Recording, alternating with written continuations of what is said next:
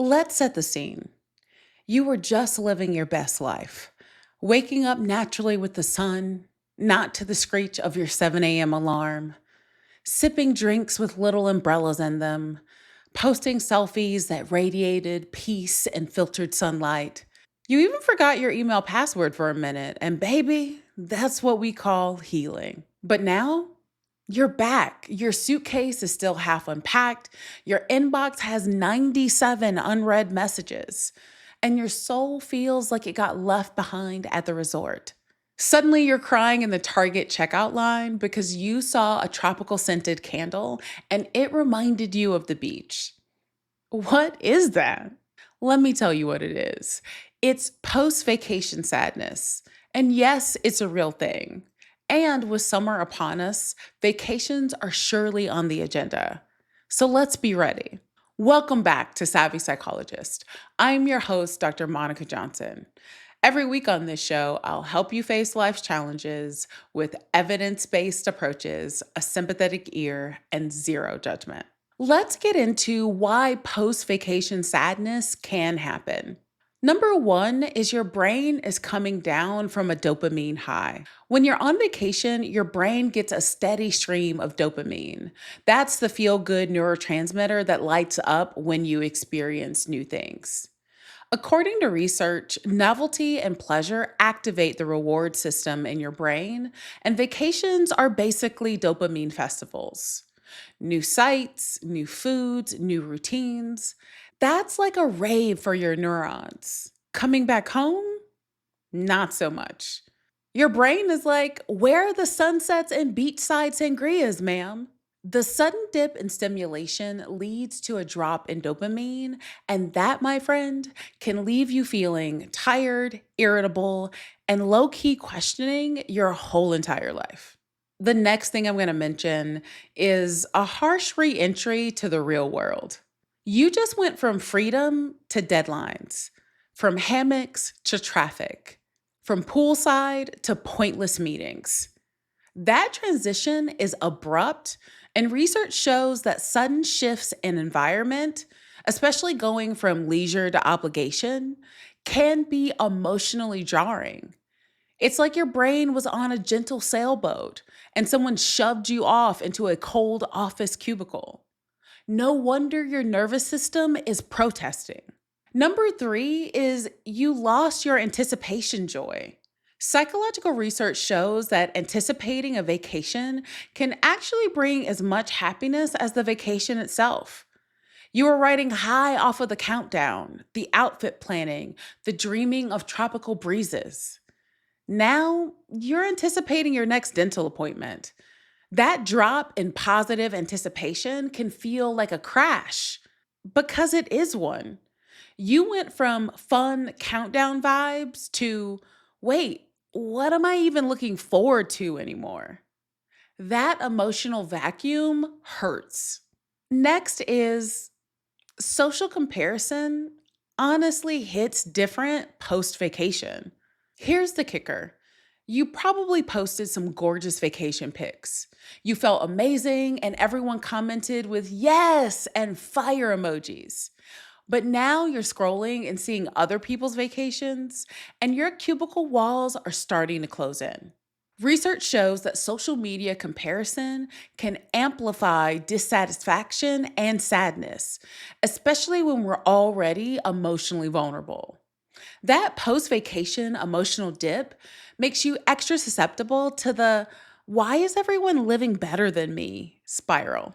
The next thing I'll mention is the you touch joy and now you're asking bigger questions issue. I want to get deep for a second. Sometimes a vacation gives you a taste of the life you want.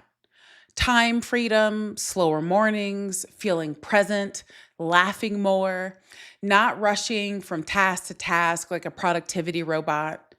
And then you come back and you realize how far your daily life feels from that.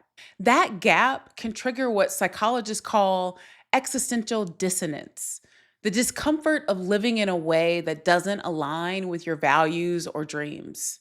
It's not just that you're sad your trip is over, you're also wondering, why can't life always feel like that? That's a really sacred question, and it deserves real answers that will take time and reflection. It's important to create and maintain space to ponder these. So, now that I've validated your sadness, let's talk about what to do with it. Number one is to plan something small to look forward to. It doesn't have to be another vacation. It could be brunch, a spa day, a movie night with your favorite people. Science says anticipation can create joy. So give your brain something to look forward to, even if it's just French toast sticks and gossip with your besties on a Sunday. Number two is to recreate the vibes at home. No, your apartment isn't a beach resort, but you can light a coconut candle, play that vacation vibes playlist, and make a fancy drink on a Tuesday night. Sensory memory is real, and it can help your nervous system re-access that joy in small, comforting ways. Imagination isn't only for kids. You can't convince me that the right lighting, candles, and a hot bubble bath isn't the same as me sitting in a hot tub somewhere. Number three is to make a vacation energy list. Ask yourself, what did I feel on vacation that I want more of in my daily life? Maybe it was rest, spontaneity, connection, or slowness. Then, and here's the key, find tiny ways to weave that into your real life. For example, I love slow mornings, but that didn't go well with me being a night owl. I started going to bed at a more reasonable time in the evening, and now I wake up an hour earlier so that I can have a leisurely transition into my day. It truly does make a world of difference, and I can't say enough about how small changes can have a big impact. Number four is to ease back into work and life. Do not, I repeat, do not book 44 meetings the day after you return.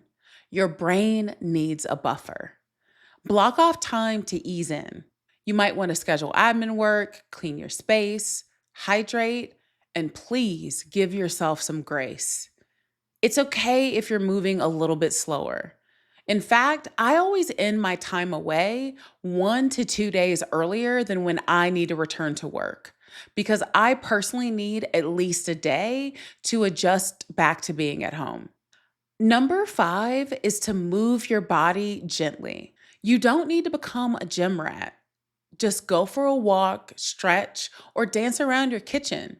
Movement helps your body regulate stress and mood. It's like a reset button for your nervous system. I always schedule a less intense exercise class like Pilates or yoga when I return from vacation before returning to my more regular high intensity workouts. Number six is don't gaslight yourself with gratitude. You can miss vacation and still be grateful for your life. Feeling sad doesn't mean you're ungrateful, it means you're human. Let both be true. I'm thankful and I'm sad. That's emotional maturity, baby. Talk to your friends, therapist, or your journal about these feelings. Set intentions and plan things to look forward to, as I discussed earlier.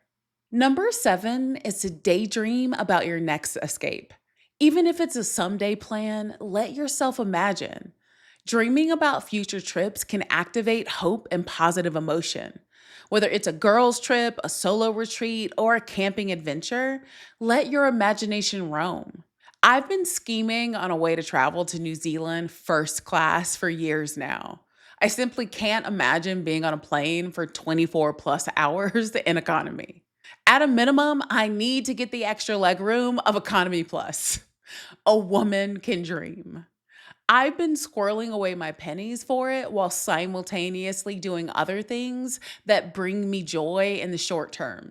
My final word on this topic, and this part's important, if your post vacation sadness lingers for more than 2 weeks or starts to feel like hopelessness, disconnection, or deep emotional numbness, that could be a sign of something more serious like depression.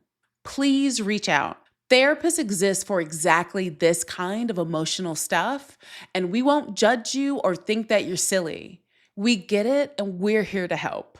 What is a great vacation you've gone on recently? Have you been to New Zealand and do you have any suggestions? Let me know. You can contact me via Instagram at KindMindPsych or via my email at psychologist@quickanddirtytips.com. The Savvy Psychologist is a Quick and Dirty Tips podcast. It's audio engineered by Steve Rickyberg. Holly Hutchings is our director of podcasts. Our podcast and advertising operations specialist is Morgan Christensen, and Nathaniel Hoops is our marketing contractor. Follow Savvy Psychologist on Apple Podcasts, Spotify, or wherever you listen to podcasts. That's all for this episode of Savvy Psychologist. Thanks for listening, and I'll see you next week.